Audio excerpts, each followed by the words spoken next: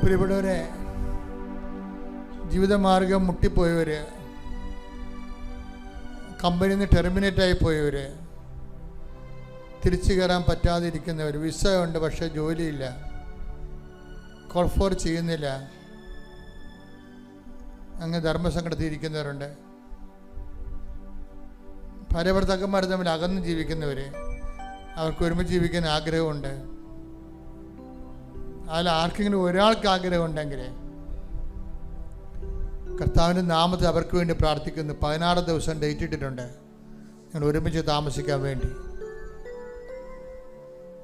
വെള്ളമില്ലാത്തവരെ, ഇന്നലെ ഒരു സാക്ഷ്യം ഉണ്ടായ, ഞാൻ കിണർ കുത്തി, എനിക്ക് വെള്ളം കണ്ടില്ല. ഞാൻ കർത്താവിനോട് പറഞ്ഞ്, രണ്ടാമത്തെ കിണർ കുത്തുമെന്ന് വിചാരിക്കരുത്, ഞാൻ കുത്തത്തില്ല, ഞാൻ ഈ കിണർ കുത്തിയിരിക്കണം നിൻ്റെ നാമത്തിലാണെന്ന്, ഇവിടെ തന്നെ എനിക്ക് വെള്ളം തരണമെന്ന്. വിശ്വാസിക്ക് അവകാശമുണ്ട്. ശ്രുതിക്കട്ടെ hallelujah. Hallelujah hallelujah hallelujah hallelujah.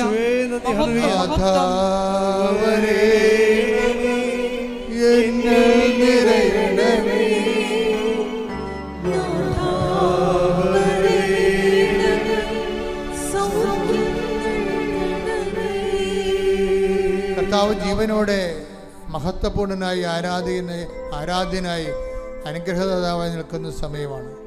അമ്മ പരിശുദ്ധമ്മ ദേവമാത നമുക്ക് മാധ്യസ്ഥം വഹിക്കുന്നു. നിങ്ങൾ സന്തോഷമായിരിക്കണം. ഓൺലൈനിലുള്ളവരും ഇപ്പോൾ സന്തോഷത്തോടെ പ്രാർത്ഥിക്കണം.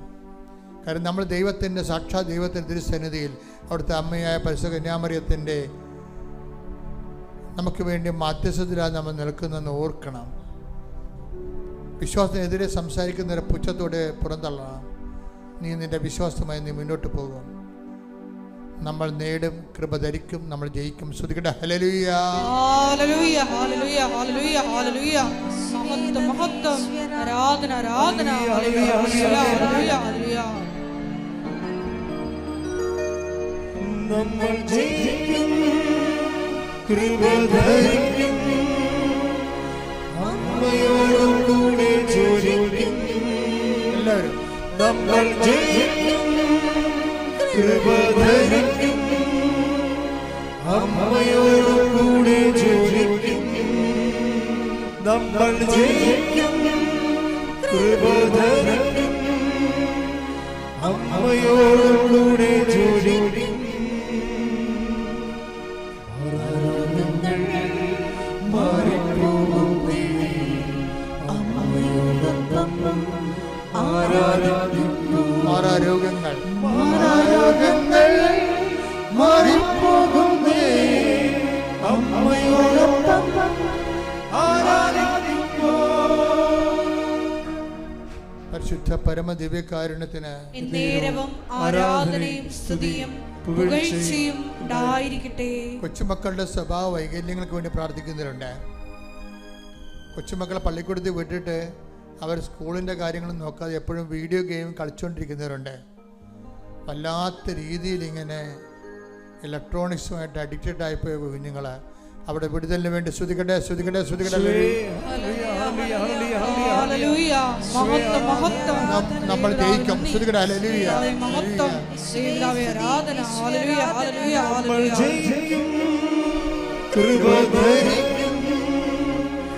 അമ്മയോടും കൂടെ ജോലിക്കും. നമ്മൾ ജയിക്കും, കൃപ ധരിക്കും, അമ്മയോടും കൂടെ ജോലിക്കും. മാറാരോഗ്യങ്ങൾ മാറിപ്പോകുന്നേ, അമ്മയോടൊപ്പം ആരാധിക്കുന്നു. മാറാരോഗ്യങ്ങൾ മാറിപ്പോകുന്നേ, അമ്മയോടൊപ്പം ആരാധിക്കുന്നു. തലയിൽ നിന്ന് രക്തം കിരിഞ്ഞു പോകുന്നത് കാണിക്കുന്നുണ്ട് കർത്താവ്. രക്തം കിരിഞ്ഞു പോകുന്ന എല്ലാ രോഗികളെയും കർത്താവ് സുഖപ്പെടുത്തുന്ന കൈയടിച്ച് ശ്രുതിക്കട്ടെ.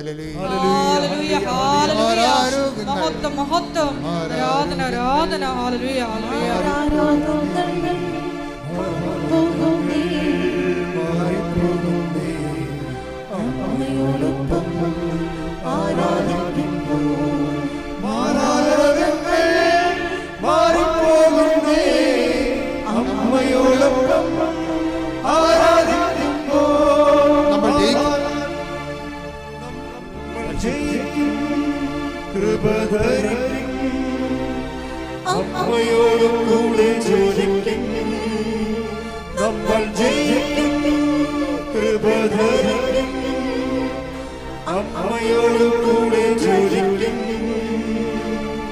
മാറാരോഗങ്ങൾ മാറിപ്പോകുന്നേ അമ്മയോടൊപ്പം ആരാധിക്കുന്നു മാറാരോഗങ്ങൾ മാറിപ്പോകുന്നേ അമ്മയോടൊപ്പം ആരാധിക്കുന്നു സൈന്യാധിപേ സ്വർഗ സൈന്യാധിപേ മണ്ണിലെ തേര് തെളിക്കാം കൈയടിച്ചുകൊണ്ട് സൈന്യാധിപേ സ്വർഗ സൈന്യാധിപേ മണ്ണിലെ തേര് തെളിക്കാം ശത്രുവിനെ പേരെടുത്തു വിളിച്ച്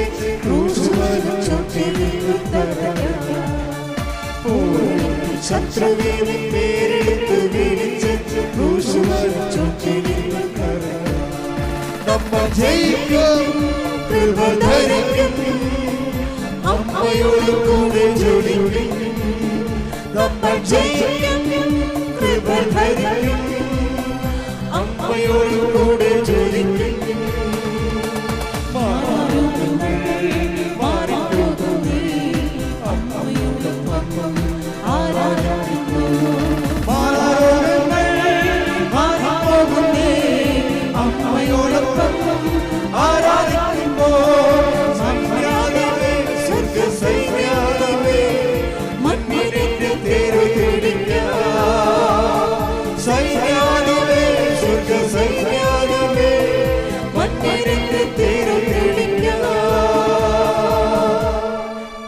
എല്ലാവരും മുട്ട നീക്കുക, മൗനമായി മുട്ട നീക്കുക.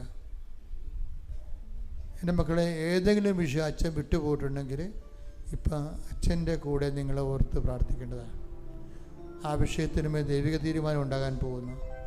ഏതെങ്കിലും വിഷയം നിങ്ങളുടെ അച്ഛൻ വിട്ടുപോയിട്ടുണ്ടെങ്കിൽ സ്വകാര്യമായിട്ട് നിങ്ങൾക്ക് ആ വിഷയം ഇപ്പോൾ പരിശുദ്ധ അമ്മയുടെ മാധ്യസ്ഥത്തിൽ ഈശോയ്ക്ക് സമർപ്പിക്കാവുന്നതാണ്. തീർച്ചയായിട്ടും നിങ്ങൾക്കതിന് സാക്ഷ്യം പറയാൻ പറ്റും.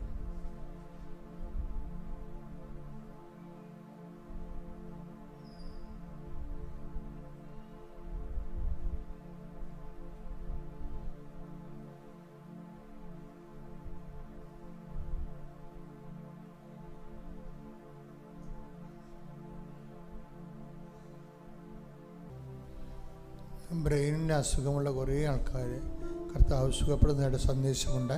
Hallelujah, hallelujah, hallelujah. യേശുവേ നന്ദി, യേശുവേ ആരാധന. ഹല്ലേലൂയ, മഹത്വം, മഹത്വം, ആരാധന, ആരാധന. ഹല്ലേലൂയ. മുട്ടിൻ്റെ താഴെ, മുട്ടിൻ്റെ മുകളിൽ ഒരു വലിയ ചൊറി പോലെ കുരുവാണ്. എന്ത് അപകടത്തിൽ അത് പൊറുക്കാതെ കിടക്കുന്ന വ്രണമാണ്. കർത്താവ് സുഖപ്പെടുന്ന സന്ദേശമുണ്ട്. Hallelujah, hallelujah, hallelujah. യേശുവേ നന്ദി, യേശുവേ ആരാധന. ഹല്ലേലൂയ. വചനം വായിക്കാതെ കുറേ ദിവസമായിട്ട് ഇപ്പോൾ വചനം വായിക്കുന്നില്ല. നിങ്ങളിന്ന് ചിന്തിച്ചായിരുന്നു, ഞാൻ വായിച്ചിട്ട് കുറേ ദിവസം ആയല്ലോ എന്ന്. അത് ശരിയാണെന്ന് ഈശോ പറയുന്നു. അപ്പോൾ വചനം വായിക്കുന്നതായിട്ട് ദർശനമുണ്ട്. അതുകൊണ്ട് വചനം വായന നിർത്തിയവർ തീക്ഷണമായിട്ട് വായിക്കാൻ വേണ്ടി പരിശുദ്ധാത്മാവ് ആവശ്യപ്പെടുന്നു. Hallelujah, hallelujah, hallelujah. യേശുവേ നന്ദി, യേശുവേ ആരാധന. ഹല്ലേലൂയ. സമാപനാശീർവാദം.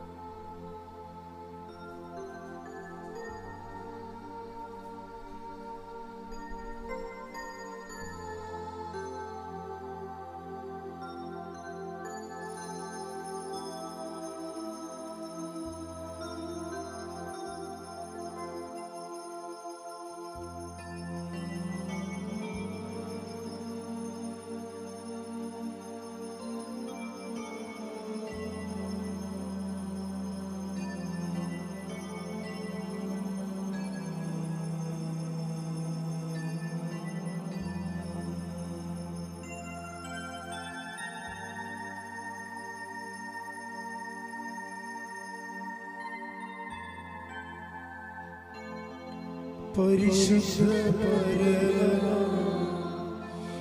ദിവ്യകാരുണ്യമേ എന്നും അങ്ങേയ്ക്കാരാധന.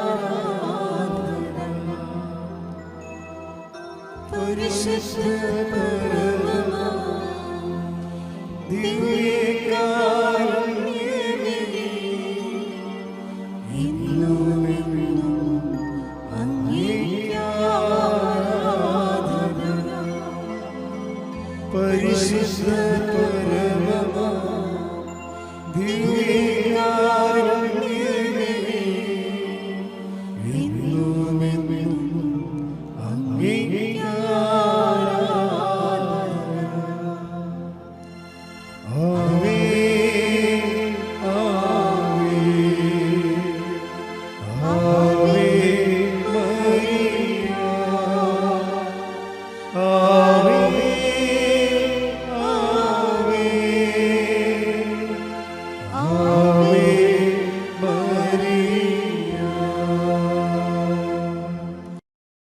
ആദ്യം തന്നെ എന്നെ പ്രത്യക്ഷീകരണത്തിൻ്റെ സാക്ഷിയാക്കി മാറ്റിയതിന് ഈശോയ്ക്കും മാതാവിനും 1000 നന്ദി.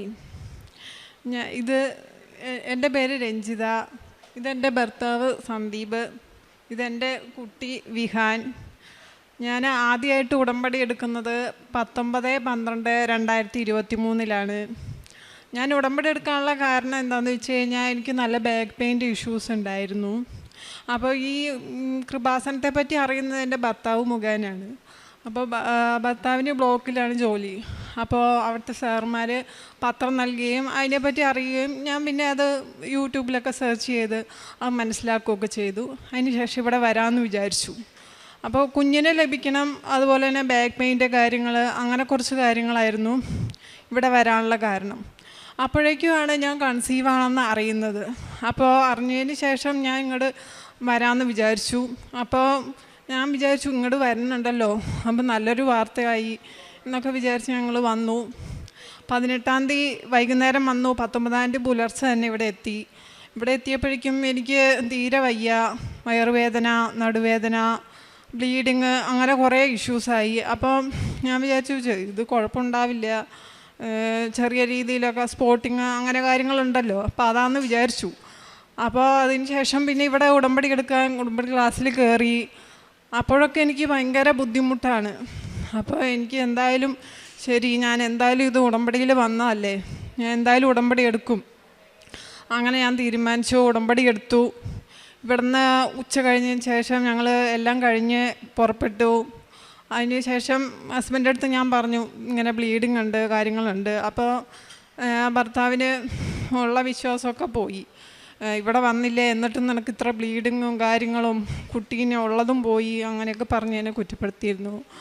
അതിന് ശേഷം ഞാൻ ഭക്ഷണം കഴിച്ചു. ഫുള്ള് പോകുന്ന വഴിയിൽ ഫുള്ള് വൊമിറ്റിങ്ങും ബാക്ക് പെയിനും എല്ലാം ഭയങ്കര ബുദ്ധിമുട്ടി നേരെ പോകുന്നത് ഞങ്ങൾ ഹോസ്പിറ്റലിലേക്കാണ്. അപ്പോൾ ആദ്യം തന്നെ ഇവിടെ വന്നത്, ഇവിടെ അമ്മ മാതാവിൻ്റെ അടുത്ത് ഞങ്ങളുടെ കാര്യങ്ങൾ അവതരിപ്പിച്ചതിന് ശേഷം മാത്രമേ ഹോസ്പിറ്റലിൽ പോകൂ എന്നൊക്കെ പറഞ്ഞു. അപ്പോൾ അതിന് ശേഷമാണ് ഞങ്ങൾ അങ്ങനെ നേരെ ഹോസ്പിറ്റലിലേക്കാണ് പോകുന്നത്. അപ്പോൾ അവിടെ ഡോക്ടറെ കാണിച്ചപ്പോൾ പറഞ്ഞു ഇത് ഇച്ചിരി കണ്ടീഷൻ മോശമാണ്, ഞങ്ങൾക്ക് തോന്നുന്നത് ഇത് എക്ടോപിക് ആയിരിക്കും എന്നാണ് പറയുന്നത്. അപ്പോൾ ഇനി പിറ്റേ ദിവസം അത് സ്കാൻ ചെയ്തു. അപ്പോൾ എക്ടോപിക് ആണെന്ന് മനസ്സിലായി. അപ്പോൾ അന്ന് തന്നെ ഞങ്ങൾക്ക് സർജറി, ഒരു ട്യൂബ് റിമൂവ് ചെയ്തു. അപ്പോൾ എല്ലാവരും പല രീതിയിലും കുറ്റപ്പെടുത്തി, ഇവിടെ വന്നിട്ടായിരിക്കും പോയത്, അങ്ങനെ പല വിമർശനങ്ങളും ഞാൻ നേരിട്ടിരുന്നു. എന്നാലും അതിലൊന്നും ഞാൻ തളർന്നില്ല. ഞാൻ പ്രാർത്ഥനയും മുന്നോട്ട് പോയി. എന്തായാലും ഞാൻ ഉടമ്പടിയിൽ ജീവിച്ചു, ഇനിയും മുന്നോട്ട് തന്നെ ജീവിക്കും, അങ്ങനെ ഒരു വിശ്വാസത്തിലേക്ക് വന്നു.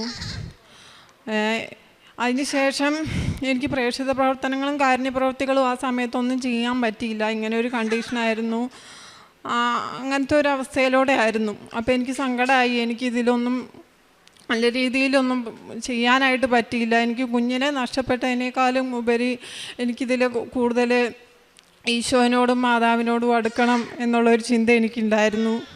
അതിന് മുന്നേ ഞാനൊരു ക്രിസ്ത്യൻ കോളേജിലും സ്കൂളിലും ഒക്കെയാണ് പഠിച്ചത്. അപ്പോൾ അതുകൊണ്ട് തന്നെ ഞാൻ പള്ളിയിൽ പോവുകയും പ്രാർത്ഥിക്കുകയും ഒക്കെ ചെയ്തിരുന്നു. ഞാനൊരു നോൺ ക്രിസ്ത്യനാണ്. അതിന് ശേഷം ഞാൻ പിന്നെ എനിക്ക് ഇങ്ങോട്ട് വരണമെന്ന് അതിയായ ആഗ്രഹം ഉണ്ടായിരുന്നു, പക്ഷേ പറ്റിയിട്ടുണ്ടായിരുന്നില്ല. അപ്പോഴാണ് എനിക്ക് എൻ്റെ അനിയത്തി ഇങ്ങോട്ട് വരണം എന്ന് പറയുന്നുണ്ടായിരുന്നു. അപ്പോൾ അങ്ങനെ ഞാൻ 8/5/2024 പിന്നെയും എനിക്കിങ്ങനെ ഒരു അവസരം കിട്ടി. അപ്പം ഞാൻ ഇങ്ങോട്ട് വന്നു. വന്ന് ഞാൻ ഉടമ്പടി പുതുക്കിയതിൽ ഒരു കാര്യം മാത്രമേ ഞാൻ വെച്ചിരുന്നുള്ളൂ, എനിക്കൊരു കുഞ്ഞിനെ കിട്ടണം. ബാക്കിയുള്ള എല്ലാ കാര്യങ്ങളും ആത്മീയമായിട്ടുള്ള കാര്യങ്ങളും മാത്രമേ ഞാൻ വെച്ചിരുന്നുള്ളൂ. പരിശുദ്ധാത്മാവിനെ നൽകി എന്നെ ശക്തീകരിക്കണം. ആദ്യം എനിക്കൊരു പ്രേക്ഷിത പ്രവർത്തനങ്ങളും കാരുണ്യ പ്രവൃത്തികളും ഒന്നും ചെയ്യാൻ സാധിച്ചില്ല. അപ്പോൾ അതുകൊണ്ട് തന്നെ എനിക്ക് അതിൽ കൂടുതൽ തീക്ഷ്ണമായി പ്രവർത്തിക്കാനും അതിനുള്ള ആത്മധൈര്യം എനിക്ക് നൽകണമെന്ന് മാത്രമേ ഞാൻ പറഞ്ഞിരുന്നുള്ളൂ. ബാക്കിയൊന്നും നിയോഗങ്ങളായി വെച്ചില്ല. അപ്പോൾ ഒരു കുഞ്ഞ് വേണം എന്നുള്ള ഒരാഗ്രഹവും ഉണ്ടായിരുന്നു. അപ്പോൾ അത് ഞാൻ വെച്ചു. അതിന് ശേഷം ഞാൻ 3 മാസം നല്ല രീതിയിൽ എന്നെക്കൊണ്ട് പറ്റാവുന്ന രീതിയിൽ പ്രേക്ഷിത പ്രേതകളും പത്രങ്ങളെ വിതരണം ചെയ്യുകയൊക്കെ ചെയ്തിരുന്നു. അതിന് ഞാൻ ലാബിൽ വർക്ക് ചെയ്തായിരുന്നു. അപ്പോൾ അവിടെ പോകുന്ന വഴിയിൽ ഒരു ചാപ്പലിൽ കയറാനിടയായി. അവിടെ നിന്ന് ഒരു ബണ്ടിൽ പത്രം അങ്ങനെ കിടക്കുകയായിരുന്നു. അപ്പോൾ എനിക്ക് ആദ്യം നല്ല രീതിയിലൊന്നും ചെയ്യാൻ പറ്റിയില്ല. അതിന് പകരമായി തന്നെ ഉടമ്പടി പുതുക്കി കഴിഞ്ഞപ്പോൾ എനിക്ക് പ്രേക്ഷിത പ്രവർത്തനങ്ങളൊക്കെ പറഞ്ഞ് മനസ്സിലാക്കി എന്നെക്കൊണ്ടാവുന്ന രീതിയിലൊക്കെ പ്രേക്ഷിത പ്രവർത്തനങ്ങളിൽ ഉൾക്കൊള്ളുവാനായിട്ട് ഈശോനെ കൊടുക്കാനായിട്ടും എനിക്ക് സാധിച്ചു. അതുപോലെ കാരുണ്യ പ്രവർത്തികളായിട്ട് എന്നെക്കൊണ്ട് കഴിയാവുന്ന രീതിയിൽ വാട്സപ്പിലൊക്കെ സ്റ്റാറ്റസ് കാണുമ്പോൾ അവർക്കൊക്കെ GPay ചെയ്ത് കൊടുക്കാനും ഇതിനൊക്കെ പറ്റിയിട്ടുണ്ട്. പിന്നെ അങ്ങനെയുള്ള കാര്യങ്ങളാണ് എനിക്ക് നടന്നത്. അതിന് ശേഷം ഉടമ്പടി എടുത്തു. 3 മാസം ആവാനായപ്പോൾ ഞാൻ ലൈറ്റ് ക്യാൻഡിൽ പ്രെയർ റിക്വസ്റ്റ് ചെയ്തു. എനിക്ക് ആഗസ്റ്റ് 8 ആകുമ്പോൾ ഉടമ്പടി കംപ്ലീറ്റ് ആവും, അതിന് മുന്നും എനിക്കൊരു സന്തോഷ വാർത്ത കേൾക്കണം എന്ന് ഞാൻ പറഞ്ഞു. അപ്പോൾ ആ ഒരു സമയത്താണ് എൻ്റെ സഹോദരൻ്റെ ഭാര്യ കൺസീവാണ് എന്നുള്ളൊരു സന്തോഷ വാർത്ത അറിയുന്നത്. അവർക്ക് മൂത്ത മകന് 7 വയസ്സുണ്ട്, രണ്ടാമത്തെ കുട്ടി അപ്പോൾ കൺസീവായി. അപ്പോൾ വളരെ സന്തോഷമായി. ഇപ്പോൾ എനിക്കൊരു കുഞ്ഞുണ്ടായ പോലെ തന്നെയായി. എനിക്ക് ആ ഒരു വാർത്ത കേട്ടപ്പോൾ അവർക്കെങ്കിലും ആയല്ലോ എന്നുള്ളൊരു സന്തോഷത്തിൽ ഞാൻ ഇരുന്നു. അതിന് ശേഷം കുറച്ച് കഴിഞ്ഞപ്പോൾ എനിക്ക് പീരിയഡ്സിൻ്റെ ടൈം ആവാറായിരുന്നു. അപ്പോൾ എനിക്ക് ശക്തമായ വയറുവേദനയും ചെറിയ രീതിയിലുള്ള ബ്ലീഡിങ് പോലെയും ഒക്കെ ഉണ്ടായിരുന്നു. അപ്പോൾ ഞാൻ ഇതിനുള്ള പ്രിക്കോഷൻസൊക്കെ വാങ്ങി വെച്ചു, എല്ലാ കാര്യങ്ങളും ചെയ്തു. അപ്പോൾ എന്തായാലും ഞാനാവും എന്നുള്ള വിചാരത്തിൽ ഞാനെല്ലാം ഇരിക്കുകയാണ്. ഹസ്ബൻഡിനോട് ഞാൻ പറഞ്ഞു, എനിക്ക് നല്ല ബാക്ക് പെയിൻ ഇഷ്യൂസ് ഉണ്ട്, വയറുവേദനയുണ്ട്. അപ്പം അങ്ങനെ ഇരിക്കുമ്പോഴാണ് രാത്രിയിൽ എനിക്കൊരു ദർശനം ഉണ്ടായി മാതാവിൻ്റെ. ഒരു 2:57 സമയമായിരുന്നു ആ പുലർച്ചെ. അപ്പോൾ മാതാവിൻ്റെ എൻ്റെ അച്ഛന് വെള്ളപ്പൊക്കത്തിൽ ഇങ്ങനെ പോവുകയാണ്. അപ്പോൾ എൻ്റെ ഈ കഴുത്തിൽ കിടക്കുന്ന കാശുരൂപം അപ്പോഴും ഉണ്ട് എൻ്റെ മാലയിൽ. അപ്പോൾ എൻ്റെ മാതാവെ രക്ഷിക്കണേ, ഈ ഒരു വെള്ളപ്പൊക്കത്തിൽ നിന്ന് രക്ഷിക്കണേ എന്ന് പറഞ്ഞിട്ടാണ് ഞാൻ ഉണരുന്നത്. ആ സമയത്ത് പെട്ടെന്ന് എനിക്ക് മാതാവ് പറയുകയാണ്, ഞാൻ പ്രഗ്നൻസി കാർഡ് വെച്ചിരുന്നു. ആ സമയത്ത് ഞാൻ പറഞ്ഞിട്ടാണ് വെച്ചത്, ഇത് ഞാൻ നോക്കുകയാണെങ്കിൽ ഇതൊരു പോസിറ്റീവ് എന്നുള്ള റിസൾട്ടാണെങ്കിൽ മാത്രം ഞാനിത് എടുക്കുകയുള്ളൂ, നെഗറ്റീവ് ആണെങ്കിൽ ഈ ഒരു കാർഡ് ഞാൻ ഉപയോഗിക്കില്ല എന്ന് ഞാൻ മാതാവിനോട് പറഞ്ഞ് പ്രാർത്ഥിച്ചായിരുന്നു. അതിൻ്റെ ഫലമായിട്ട് ഞാൻ നോക്കി പ്രത്യക്ഷീകരണ പ്രാർത്ഥന ചൊല്ലി ആദ്യം തന്നെ. അതിനുശേഷം വിശ്വാസ പ്രമാണം ചൊല്ലി ടെസ്റ്റ് ചെയ്ത് നോക്കിയപ്പോൾ പോസിറ്റീവായി. അപ്പം തന്നെ ഞാൻ ഹസ്ബൻഡിനെ വിളിച്ചു പറഞ്ഞു, ഇത് നോക്ക് നമുക്ക് പോസിറ്റീവായി. അപ്പോൾ ഹസ്ബൻഡിന് വിശ്വാസമൊന്നും ആയില്ല. കാരണം ആദ്യം ഒരു അനുഭവം നമുക്കുണ്ടായതുകൊണ്ട് ഹസ്ബൻഡ് പേടിയായിരുന്നു, ഇത് എക്ടോപിക് തന്നെയായിരിക്കും. കാരണം ആ സമയത്ത് എനിക്ക് നല്ല വയറുവേദനയും ഭയങ്കര ബുദ്ധിമുട്ടുകളും ഒക്കെ ഉണ്ടായിരുന്നു. അപ്പോൾ ഇത് പീരിയഡ്സ് ആവിൻ്റെ തലേദിവസമാണ് ഇതിങ്ങനെ ചെക്ക് ചെയ്ത് നോക്കുന്നത് തന്നെ. അപ്പോൾ അങ്ങനെ ആ ഒരു സാഹചര്യത്തിൽ നോക്കിയപ്പോൾ പോസിറ്റീവ് ആയെങ്കിലും ആ ഒരു സന്തോഷമൊന്നും ഹസ്ബൻഡിൻ്റെ ഭാഗത്തൊന്നും ഉണ്ടായില്ല. എന്നാലും ഞാൻ വിശ്വസിച്ചു, ഇത് എനിക്ക് എന്തായാലും ഉറപ്പായിട്ടും മാതാവ് എനിക്ക് നൽകും എന്ന് ഞാൻ ഉറച്ചു വിശ്വസിച്ചു. അങ്ങനെ എനിക്കൊരു ദൈവം തന്ന ഒരു കുഞ്ഞാണ് ഈ വിഹാൻ. പിന്നെ അതുപോലെ തന്നെ ആത്മീയമായിട്ട് എനിക്ക് ഒരുപാട് മുന്നേറാനായിട്ട് പറ്റി. ഏത് കാര്യങ്ങളാണെങ്കിലും, നമുക്ക് ചെറിയ കാര്യമായാലും വലിയ കാര്യമാണെങ്കിലും, ഞാൻ ഏത് കാര്യമാണെങ്കിലും ബൈബിളെടുത്ത് വചനം വായിക്കും. അതിലൂടെ ഈശോ എന്നോട് സംസാരിക്കാറുണ്ട് പലപ്പോഴും. പിന്നെ അതിന് ശേഷമാണ് ഞങ്ങൾക്ക് കുറച്ച് സ്ഥലം വാങ്ങണം എന്നുണ്ടായിരുന്നു. അതൊരു ബിസിനസ് ആവശ്യത്തിന് വേണ്ടിയിട്ടായിരുന്നു. അത് മാതാവിൻ്റെ പ്രത്യക്ഷീകരണത്തിൻ്റെ ഡിസംബർ 7-ാം തീയതി തന്നെ മാതാവ് ആ ഒരു സ്ഥലം വാങ്ങിക്കാനായിട്ട് അനുഗ്രഹിച്ചു. ആ സ്ഥലം കാണാനായിട്ട് പോകാൻ പറ്റി. അതിന് മുന്നേ ഇതിനൊരു സ്വപ്ന ദർശനം ഉണ്ടായിരുന്നു. ഈ ഒരു സ്ഥലം വാങ്ങുന്നതിനെക്കുറിച്ച് അതിൻ്റെ ബാക്ക്ഗ്രൗണ്ട് റബ്ബർ തോട്ടങ്ങളും കാര്യങ്ങളും ഒക്കെയാണെന്ന്. അതേപോലൊരു സ്ഥലം തന്നെ ഞങ്ങൾക്ക് വാങ്ങാൻ പറ്റി. അത് മാതാവ് തന്നു തന്നെയാണെന്ന് ഞാൻ ഉറച്ചു വിശ്വസിക്കുന്നു.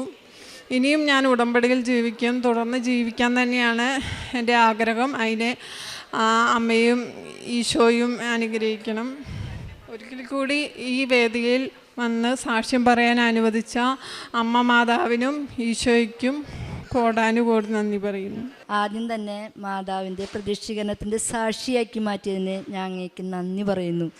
എൻ്റെ പേര് മിനി, എൻ്റെ ഭർത്താവിൻ്റെ പേര് ജെയ്സൺ.